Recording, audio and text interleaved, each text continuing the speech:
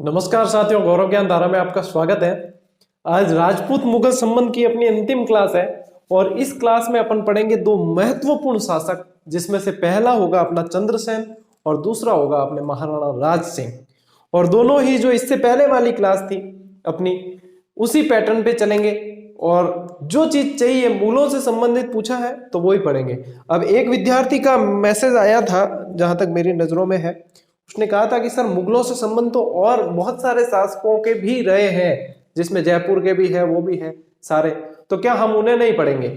तो देखो साथियों, सेकंड ग्रेड का जो आपका सिलेबस है उसमें स्पेशली शासक दे रखे हैं, मुगलों से संबंध में भी स्पेशली शासक के नाम दे रखे हैं और वही सिलेबस जो है अपन पकड़ के चल रहे हैं।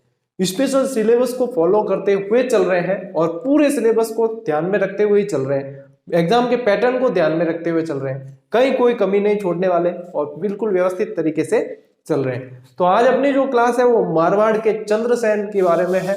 मारवाड़ का जो चंद्रसेन है वो मालदेव का पुत्र था और मालदेव खुद अपने आप में एक बहुत बढ़िया, मतलब पढ़ने का जो है मालदेव को मजा आता है, क्योंकि मालदेव के समय में बहुत बढ़िया चीजें घटित हुई है, अपने सुमेलगिरी का युद्ध वगैरह वो, लेकिन आपके सिलेबस में है नहीं तो उसको पढ़ेंगे नहीं। लेकिन अपने सिलेबस में जो चीज है वो चंद्रसेन है, तो उसको शुरू करते हैं। देखो साथियों, चंद्रसेन का जो जन्म हुआ, जो जन्म है वह जुलाई 1541 और मृत्यु 1581 में हो गई थी। ये जो है एक तरह से प्रताप से मिलता जुलता आपको दिखेगा, और प्रताप से मिलता जुलता क्यों दिखेगा उसका अभी मैं पूरी आपको ये समझा दूंगा। अब देखो, इसके पिता का नाम मालदेव और माता का नाम रानी स्वरूप देवी, और रानी स्वरूप देवी का जो है मालदेव पर बहुत प्रभाव था। और रानी स्वरूप देवी ने, वैसे चंद्रसेन जो है बड़ा पुत्र नहीं था, चंद्रसेन तो छठा पुत्र था, लेकिन रानी स्वरूप देवी का बहुत बड़ा प्रभाव था मालदेव के ऊपर, तो इसने मालदेव को कहकर जो है इसको उत्तराधिकारी घोषित कर दिया। तो ऐसे में इसके जो दो भाई थे जो दावेदारी रखते थे, राम सिंह और उदय सिंह, ये जो है इससे नाराज चल रहे थे। आपको बिल्कुल व्यवस्थित और शॉर्ट में बता रहा हूं, ये नाराज चल रहे थे। अब यहां से राजपूत काल में यहां से जो नाराज होगा वो कहीं तगड़े शासक के पास जाएगा, और उस समय दिल्ली सल्तनत के अकबर शासक था, तो ये जो नाराज होकर फिर अकबर को उकसाते थे जाकर, और वो समस्या खड़ी करते थे चंद्रसेन के लिए, और यही चीज चलेगी, ठीक है ना। तो रानी स्वरूप देवी का प्रभाव था और इस वजह से इसको शासक बनाया गया था, ये आपको ध्यान रखना है, ठीक है। और 1562 में शासक बनाया था, ये ध्यान रख लेना, 1562 में इसको ये शासक बना था, 1562 के अंदर शासक बना था। इसके उपनाम सबसे इंपॉर्टेंट यदि मुझे कोई लगता है तो वो यहां से लगता है, और उपनाम में भी अब प्रश्न बनने का जो ज्यादा चांस है वो क्या है उसको समझना। इसका उपनाम जो है मारवाड़ का प्रताप कहा गया है, और मारवाड़ का प्रताप किसने कहा है, कान खोलकर सुन लेना, विश्वेश्वर नाथ रेऊ ने कहा है। किसने कहा है? विश्वेश्वर नाथ रेऊ ने। कहीं कहीं जो है राम सिंह सोलंकी भी लिखा हुआ मिलता है, लेकिन आपको ज्यादातर जो मिलेगा यदि ये प्रश्न बनता है तो विश्वेश्वर नाथ रेऊ का ध्यान रखें। और ये बहुत बढ़िया प्रश्न, मुझे बहुत अच्छा प्रश्न लगता है ये, क्योंकि ये सभी याद करते हैं।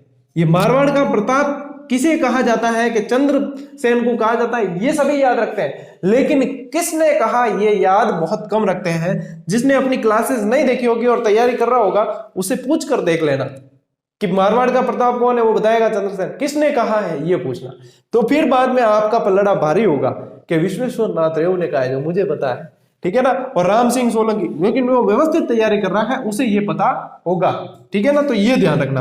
अब प्रताप का अग्रगामी या प्रताप का पथ प्रदर्शक भी कहा गया है, अभी बताता हूं इसका कारण क्या है।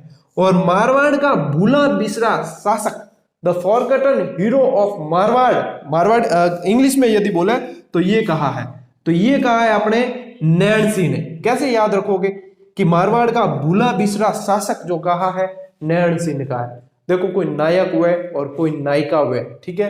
वीर व्याता में नायक की राह देखते देखते नैण से आंसू निकलने लगे, ठीक है।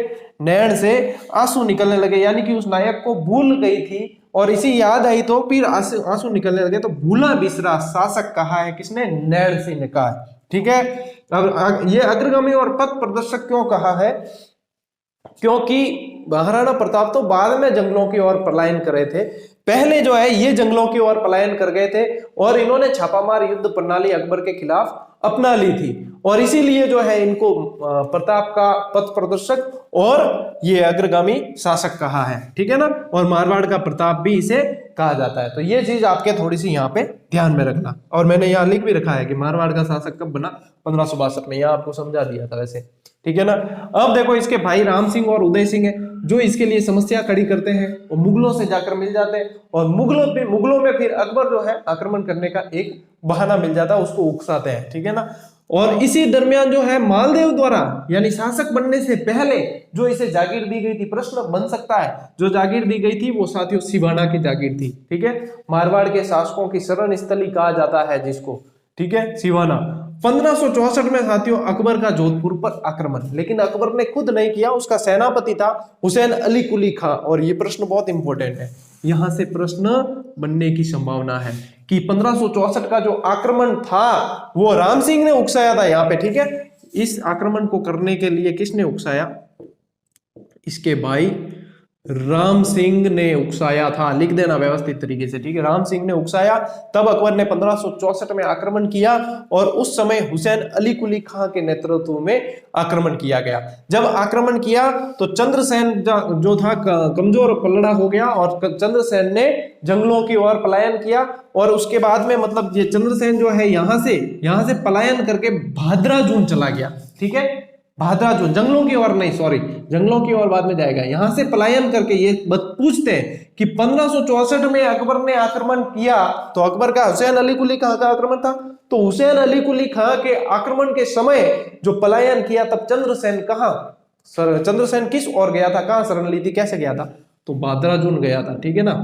मुझे भादरा जून बहुत अच्छी तरीके से याद है, क्यों, क्योंकि हम रहते थे, मेरा बचपन जो है मोकलसर बाड़मेर में गुजरा और बाड़मेर से जब कभी पाली जाने का काम पड़ता तो बीच में भादरा जून आता था और बच्चे जब होते हैं ना तो उनको खाने पीने की कोई चीज मिलती है वो बढ़िया याद रहती है। भादरा जून की कचौरियां बहुत प्रसिद्ध थी उस समय, देखो अभी तो जाने का मौका नहीं मिला लेकिन उस समय भादरा जून की कचौरियां बहुत बड़ी फेमस थी, तो हम जगते थे क्योंकि बस में नींद आ जाती है वैसे, लेकिन भादरा जून आने वाला होता तो जगते थे या फिर अपने मम्मी जी जो थे उनको कह कर रखते थे भादरा जून आए तो उठाना जरूर, ऐसे नहीं कि आप अकेले अकेले खा लो तो ये भादरा जून जो है इस याद है मुझे और ऐतिहासिक स्थल है। बाद में जब कंपटीशन की तैयारी की तब पता चला कि इसमें इसका तो इतिहास में भी महत्व है।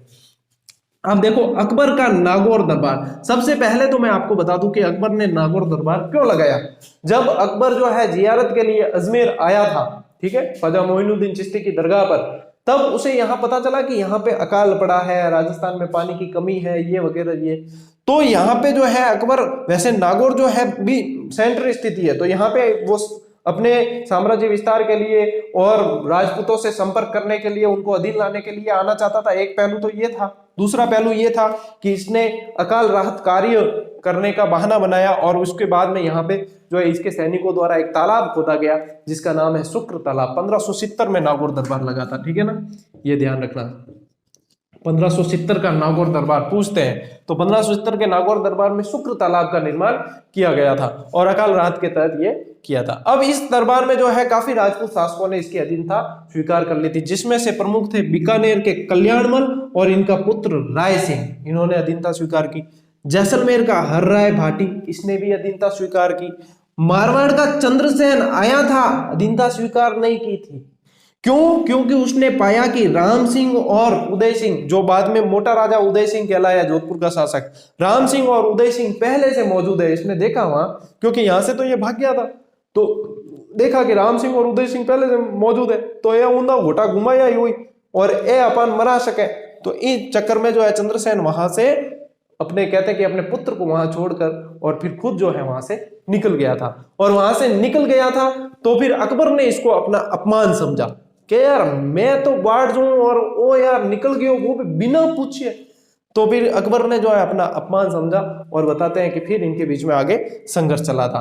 तो अभी साथियों आपको इस स्लाइड को बिल्कुल अच्छी तरीके से नोट कर देना है और ये स्लाइड मैं पूरी तरीके से समझा चुका हूं। इसके बाद में आपको एक और स्लाइड चंद्रसेन की दूंगा और उसमें पूरा और संघर्ष है वो, और उसके बाद में अपन पढ़ेंगे राज सिंह, महाराणा राज सिंह, क्योंकि उदयपुर के शासक जो है महाराणा कहलाए, ठीक है। तो उसके बाद महाराणा राज सिंह पढ़ेंगे। सबसे पहले आप इसे नोट कीजिए स्क्रीनशॉट लेकर।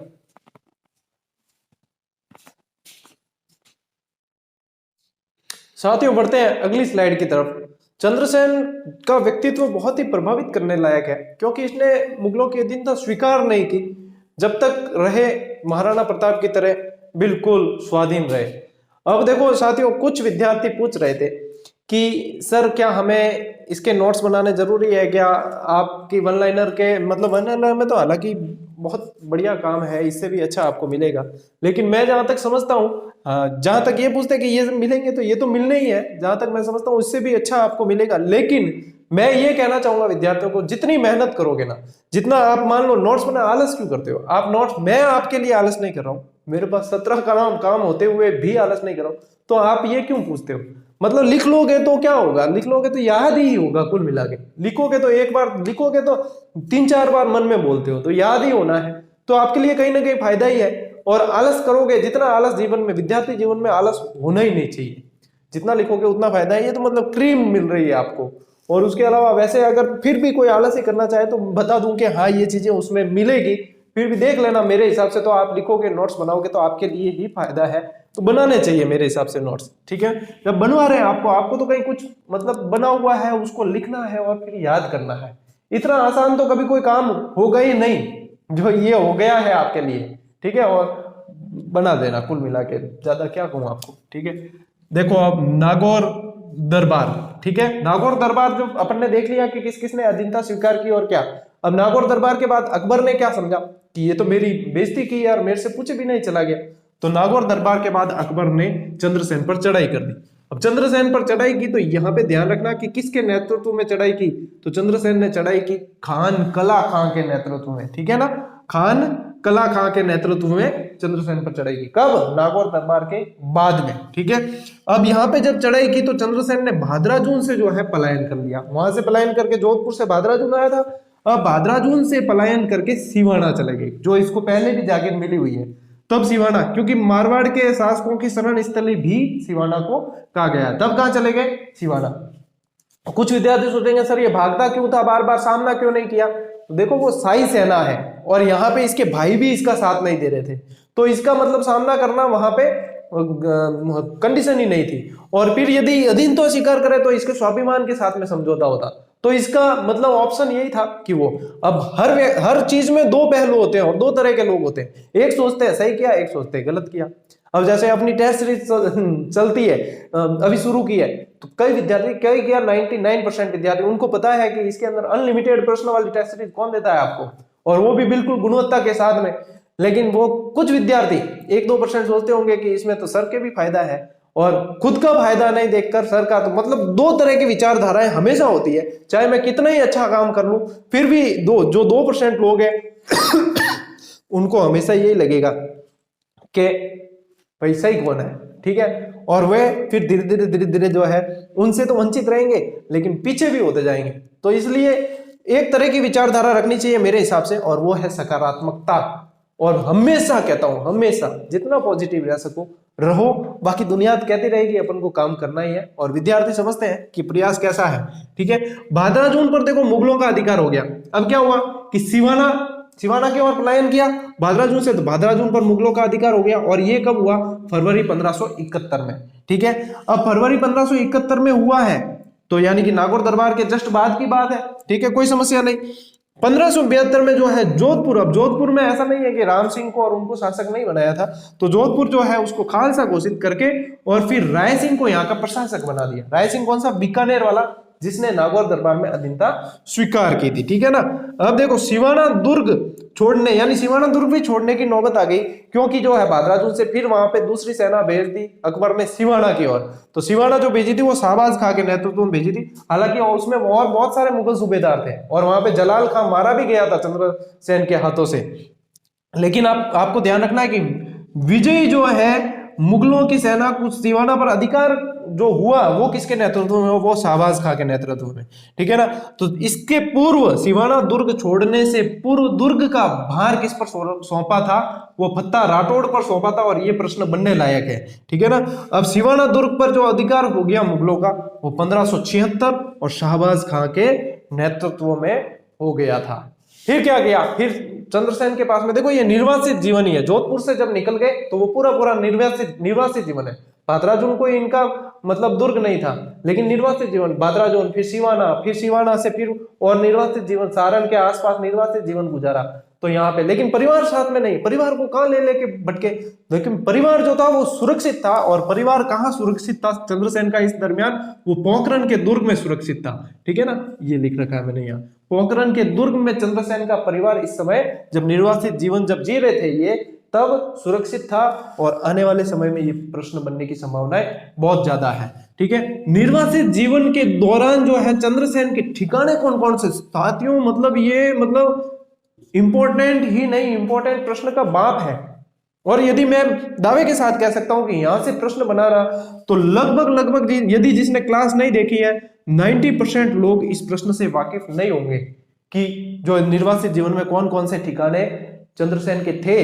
तो ध्यान रखना, बुढ़ाड़े गांव मेवाड़ बहुत इंपॉर्टेंट है, बुढ़ाड़े गांव मेवाड़, कोटा सिरोही, गलियाकोट डूंगरपुर। अब किन्हें ध्यान को के डूंगरपुर भी चंद्रसेन पहुंची हो गई, तो गलियाकोट डूंगरपुर, ठीक है ना, आस्करण के वहां पे बांसवाड़ा, अजमेर, ये सारे ठिकाना चंद्रसेन के निर्वासित जीवन के दौरान रहे हैं। गांठ बांध लेना, इनको याद कर लेना बिल्कुल। देखो मेवाड़ भी गया है, सिरोही भी गया है यानी गोडवाड़ भी आया है, ठीक है, डूंगरपुर गया यानी वागड़ भी गया है, अजमेर बांसवाड़ा यानी मेरवाड़ा भी घुमा है। ठीक है ना, तो ये जो ठिकाने हैं बहुत इंपॉर्टेंट है। अब देखो सोजत दुर्ग पर आक्रमण अधिकार किया था चंद्रसेन ने, और वो लगभग 1579 अपने अंतिम समय में किया था, क्योंकि 1581-82 में तो इनकी मृत्यु हो गई थी।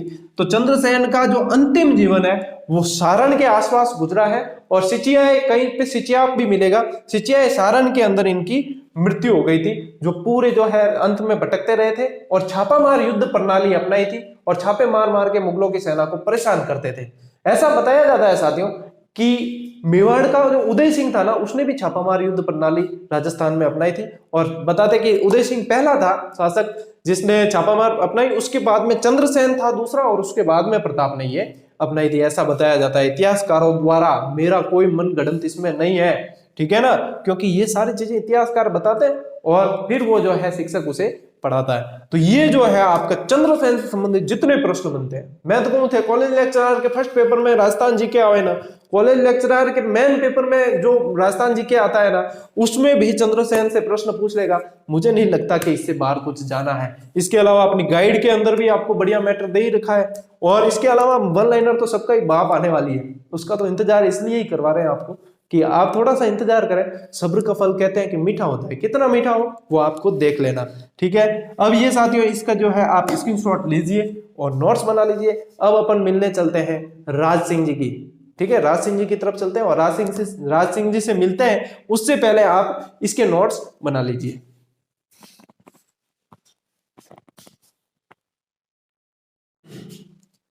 साथियों अपन पढ़ने जा रहे हैं अब महाराणा राज सिंह और मुगलों का जो संघर्ष था वो।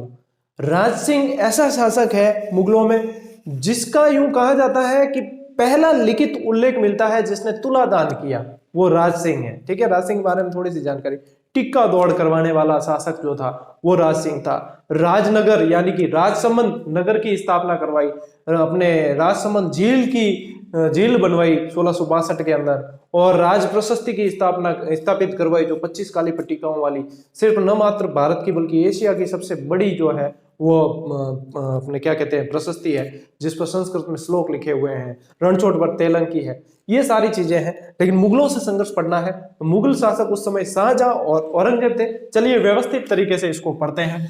इनका जो जन्म हुआ वो सितंबर 1629 और मृत्यु हुई वो 1680 के अंदर। पिता इनके जो थे महाराणा जगत सिंह, ये वही जगत सिंह है जिसने किले की मरम्मत शुरू करवाई थी, और राज सिंह ने भी इसे जारी रखा था। इनकी रानी जो थी महारानी मेड़तनी थी। राज्याभिषेक हुआ साथियों अक्टूबर 1652 के अंदर, ठीक है। इनकी जो उपाधि थी, ये मोस्ट इंपॉर्टेंट प्रश्न है, विजय काट कातू की उपाधि धारण की। कई सारी किताबों में ये नहीं मिलती है, जबकि ये मोस्ट इंपॉर्टेंट है कि विजय काट कातू की उपाधि किसने धारण की, तो ये राज सिंह ने धारण की। इनकी जो छतरी है साथियों कुंभलगढ़ की तलरी में बनी हुई है, तो इनकी छतरी भी आप ध्यान रखें। इनके समकालीन शासक जो थे वो शाहजहां और एंड कलर पॉकेट। एक छोरे पूछियो गुरुजी के बताओ औरंगजेब को इंग्लिश में क्या कहेंगे, तो क्या गुरुजी एंड कलर पॉकेट। तो क्या एंड कलर पॉकेट क्या, तो क्या एंड यानी और कलर यानी रंग, और पॉकेट यानी जेब, तो क्या एंड कलर पॉकेट, और ऐसे, ठीक है ना, ध्यान रखना। औरंगजेब भी समकालीन था। औरंगजेब और राज सिंह के मध्य तनाव का मुख्य कारण क्या माना जाता है? वैसे तो साम्राज्यवादी नीति होती है, वही होता है मुख्य कारण, लेकिन यहाँ पे इतिहासकार बताते हैं कि किशनगढ़ की एक राजकुमारी थी चारुमती, जो चारुमती बहुत ही सुंदर थी। अब देखो, सुंदर राजकुमारियां जो इतिहास में हुई ना, तो विवाद कराई दे। अब राजकुमारी ही सुंदर, राजकुमारी सुंदर ही, तो औरंगजेब की इच्छा हुई कि मैं राजकुमारी चारुमती हूं, विवाह करूं। अब राजकुमारी चारुमती नहीं चाहती कि मैं तो औरंगजेब ने फूटी आंख नहीं सुहावे, मने औरंगजेब जो है फूटी आंख नहीं सुहावे, और मैं विवाह करूंगा कौन? तो अब इसका बीच का रास्ता क्या है? तो भाई वही बात चारुमती जो है जो को राज सिंह जी ने व्हाट्सएप कर दियो कि एडी एडी बात है, या तो ते मन अपहरण कर ले जाओ, ब्याह कर दो, नहीं मैं कर दूं आत्महत्या, मैं करूँ कौन? औरंगजेब मां ब्याह करना चाहे। राज सिंह जी कहे कोई बात नहीं प्रिय, मैं आऊंगा और विवाह कर लूंगा। फिर वही बात है, देखो कृष्ण भगवान और रुक्मणी वाली बात है, फिर वो आते हैं, इसका अपहरण करते हैं, विवाह कर देते हैं। औरंगजेब को पता चलता है, अरे बेटा बीच में पड़ गया तू, और फिर दोनों के बीच में तनाव हो जाता है। और ये बताते हैं कि ये राजकुमारी चारुमती जो किशनगढ़ की राजकुमारी थी, ये इनके तनाव का कारण बनती है। और इसके अलावा देखो, औरंगजेब जो द्वारा जो पुनः जजिया कर लगाया था, पुनः जजिया कर लगाया था 1679 के अंदर। अब जजिया कर पुनः लगाया यानी कि पहले लगाया होगा। जजिया क्या होता है इसको समझना। जजिया जो होता है मुस्लिम शासकों द्वारा लिया गया कर होता है, जो एक तरह का धार्मिक कर होता है, जो गैर मुस्लिम शासकों से लिया जाता है। और जिन उदयनी जो जजिया कर अदा करता है, यानी कि जो देता है, कर देता है, उसको जिम्मी कहा जाता है। ऐसे बताते हैं कि उसको कॉलर पकड़ के उसको कहते हैं जिम्मी जिम्मी जिम्मी, और फिर बाद में उससे कर लेते हैं। एक गानों भी है ना, जिम्मी जिम्मी जिम्मी, आजा आजा आजा, बंदूलियों में बहुत बजता है। और हालांकि ये जिम्मी इसको कहते हैं, हकीकत है, कोई मजाक नहीं है, जिम्मी कहा जाता था। और ये जजिया देते। जजिया जो था साथियों, सबसे पहले भारत में जो लगाया था वो मोहम्मद बिन कासिम ने लगाया। मोहम्मद बिन कासिम लगाया, उसके बाद तो मतलब कई शासकों ने लगाया, कईयों ने हटाया, लेकिन बीच में जब जजिया जो है हटाने वाले शासक, पहला माना जाता है कि पहला शासक कौन था जिसने जजिया को हटाया, तो वो अकबर माना जाता है। फिर अकबर ने वापस लगाया भी था, फिर बीच में हटाया, फिर वापस जो शुरू करने वाला है वो औरंगजेब है, और 1679 में शुरू किया गया।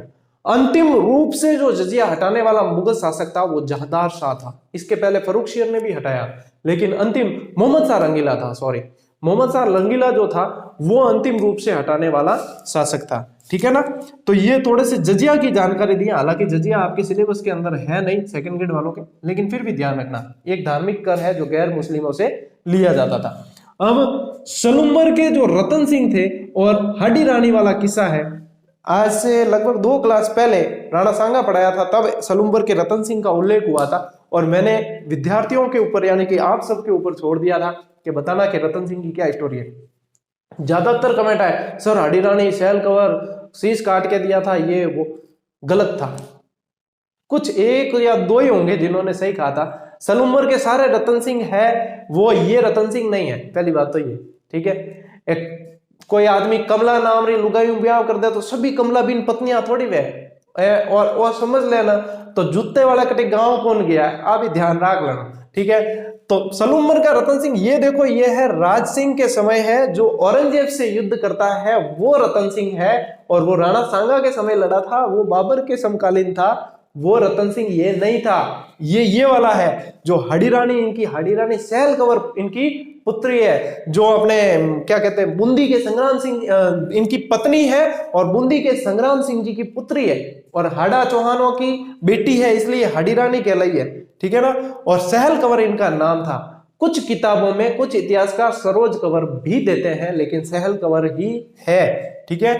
तो अब इनकी क्या स्टोरी थी? इनकी स्टोरी ये थी कि नया नया हुआ ब्याह, नयो नयो वो ब्याह देखो, ब्याह होतो ने ध्यान पड़को के औरंगजेब संघर्ष है और युद्ध करने जानो। राणा जी भेज दियो संदेश कि भैया रतन सिंह जी युद्ध करने जाना है, आप आ जाओ, देगा बढ़िया, आप अच्छे युद्ध करते हो, अच्छे सेनापति हो, आ जाओ। अब रतन सिंह जी समस्या होगी, तो ब्याह करन हाल आया ही हो, कोई मीठी मीठी रुकी सुटी कोई बातें ही नहीं की, नैन भर के जो है आपस में एक दूसरे को देखा ही नहीं, और अभी से कह रहे कि युद्ध करो। फिर वो जो है उनके देखो युद्ध के लिए तैयार तो हुए, लेकिन जीव तो है लारे देखो नयो पंडियोड़ो आयो है ना, लारे जो को है बींद नहीं माए बेटी है भी मैं जीव है कि अब यार मेरे इसके साथ में समय गुजारना है और मेरे को यार लड़ाई करने भी जाना है। बस जो जैसे तैसे कहते हैं कि तैयार हो गए और दरवाजे तक गए, फिर भी कहे कि यार याद आएगी तो क्या करूंगा। तो सैनिक ने दासी ने भेजी कि महारानी के पास जाना और उनको कहना कि मेरे को याद आएगी तो कोई ऐसी निशानी दे दे जिसको मैं देखूं और मेरे जो है मन में कालजे में ठंडक पड़ जाए। भाई जो है राजा की बेटी थी, ये भी कोई नॉर्मल स्त्री तो थी नहीं, तो वो समझ गई कि देखो राणा जी ये जो है अपने रावत जी लड़ने जा रहे हैं, तो इनकी मतलब वहां पे जीव तो अटला रही मतलब लड़ाई से ढंग करे कौन, ठीक है। तो इसने क्या किया कि शतरानी थी और अपनी गर्दन काट कर जो है अपना शीश ही भेंट कर दिया कि ये है निशानी चाहिए ये ले जाओ। और ये देखकर जो है उनका रोम रोम खुल जाता है और जो है वो मतलब कहते हैं ना क्षत्रियों वाला वो मतलब अंदर अंगार भर जाता है कि जब ये इतना बलिदान दे सकती है तो मैं किस मुंह में पड़ा हूं। और बताते कि जटाओं से जो है सिर को यहीं गले में हार की तरह बांधकर औरंगजेब से लड़ने निकल जाते हैं और औरंगजेब की सेना से इतने भयंकर तरीके से लड़ते हैं कि औरंगजेब की सेना पराजित हो जाती है। ये ऐसा बताया जाता है इतिहासकारों द्वारा। इसके ऊपर जो है सेनानी नाम की कविता भी लिखी गई। सेनानी कहते हैं, वैसे निशानी कोई कहते हैं। सेनानी नाम की कविता लिखी गई जो मेघराज मुकुल ने लिखी है। ये ध्यान रखना सेनानी रचना किसकी है, मेघराज मुकुल की है। बहुत मोस्ट इंपोर्टेंट सवाल है। और बताते भी है कि सेनानी मांगी चुंडावत से शीश काट दियो शतरानी, चुंडावत मांगी सेनानी शीश काट दियो शतरानी, ऐसे हैं। तो ये जो है लिखी है मेघराज मुकुल ने। अब देखो औरंगजेब द्वारा जो है एक इलाहाबाद घोषणा की गई थी। उस इलाहाबाद घोषणा में जितने भी मंदिर थे सबको तोड़ने के आदेश दे दिए गए थे। तो जब वो मंदिर तोड़ रहे थे, मूर्तियों को खंडित कर रहे थे, तो वहां जो है दामोदर गोसाई और गोपीनाथ और ये कुछ व्यक्ति थे जो वहां पे श्रीनाथ जी की और इनकी मूर्तियां थी वो लेकर जो है वहां से चुपके चुपके निकल लिए थे और राज सिंह की शरण में आए थे। तो राज सिंह जी ने जो है उन मूर्तियों को स्थापित करवाकर एक सिंहाड़ यानी नाथ द्वारा और कांकरोली और इस ऐसे करके और वहां पे मंदिर स्थापित करवाए और ये मंदिर बनवाए थे उस समय का। ये भी थोड़ा सा आप ध्यान रखना। फिर आपको ये तो बता ही दिया कि राजसमंद झील का निर्माण करवाया। राज प्रशस्ति इसी के किनारे लगी हुई है और राज प्रशस्ति के बारे में जब झीलें पढ़ाई थी तब व्यवस्थित पढ़ाया भी था, ठीक है। औरंगजेब का एक पुत्र था जिसका नाम था अकबर द्वितीय। वो जो है यहाँ से बगावत करके राज सिंह जी की शरण में आया था। इस बात को भी ध्यान रखें, कौन आया था ये मोस्ट इंपोर्टेंट है, ठीक है ना। अकबर द्वितीय इसका नाम है, ये मोस्ट इंपोर्टेंट है। और इस तरीके से आपके राज सिंह का जो इतिहास है शॉर्ट एंड स्वीट, लेकिन छोड़ा कुछ भी नहीं है। तो वो वाला तरीका है वो आ गया है आपके पास। इतने भी याद कर लेते हो ना तो आप, मैं कह रहा हूँ, पंडित बन जाओगे इस मामले में। तो ये याद कर लेना। अब मैं जैसे ही हटता हूँ आपका काम है स्क्रीनशॉट लेना और उसको व्यवस्थित नोट्स मतलब बहुत बढ़िया तरीके से बन रहे होंगे। मेरे को लगता है कि एक कॉपी तो आपकी जो स्पिरिट रोल वाली आती है ना वो भर चुकी होगी, जो आपने ज्योग्राफी से यदि ये पहली क्लास से बनानी शुरू की है। अब लगभग अपन 60 क्लासों की तरफ पहुंच रहे हैं, तो बढ़िया आपकी चल रही होगी। जो स्टार्ट में विद्यार्थी कह रहे थे ना सर इस स्पीड से अपन कैसे चलेंगे, क्या करेंगे, वो करेंगे, देख लो स्पीड भी सही है और मैटर आपको तबीयत का मिल रहा है। और ये मतलब मैटर सिर्फ आप ये समझना मत कि सेकंड ग्रेड के नोट्स आपके आने वाला जितने जो एग्जाम है हमेशा के लिए ये नोट्स तैयार हो रहे हैं। और ये समझ लेना 5-7 किताबों के मिश्रण के बाद में ये जो है मक्खन निकल के आ रहा है। आपको तो खाना ही है सिर्फ। और कई विद्यार्थियों को तो खाने में भी जोर आता है। मैं कह के सब पीडीएफ गालदा अगर थे टेलीग्राम आता मैं नहीं आलो जा। अरे यार मैं इतनी मेहनत कर ली, मेरे से 2% ज्यादा करने का कहता हूं और थे तो 2 कदम और ला रहे जाओ कि सर थे गाल दो मुझे आ जाए। मेरे ऊपर ही सारा भार छोड़ोगे या खुद भी कुछ करोगे? यदि मेरे से भार आप कम करोगे ना तो मैं आपके लिए और भी एफर्ट करूंगा कि ये चीजें भी दे विद्यार्थी को, ये भी दे, ये भी दे। काफी सारी चीजें दिमाग में कंसेप्ट रहते हैं कि किस तरीके से इनको मतलब पूरे तैयार किया जाए। और आर्थिक भार तो बिल्कुल बढ़े नहीं और ये जो है अपना सिलेक्शन प्राप्त कर ले। तो मेरी तरफ से तो मैं लगा हुआ हूं, आप लोगों का समर्पण कहाँ है? आप लोगों का समर्पण तो होगा तभी तो आप सिलेक्ट होंगे। नौकरी मुझे थोड़ी दोगे आप, नौकरी तो आपको ही लेनी है। हाँ आपके माँ बाप का आशीर्वाद मुझे जरूर मिलेगा और उसका मैं हकदार भी हूं और वो तो मैं चाहता ही हूं कि वो मिले, ठीक है ना। तो बढ़िया से नोट्स बनाओ, बढ़िया से पढ़ो, मौज करो और राज करो, बस यही कहना चाहूंगा। ठीक है साथियों, मिलते हैं अगली क्लास में, तब तक के लिए राम राम, जय हिंद।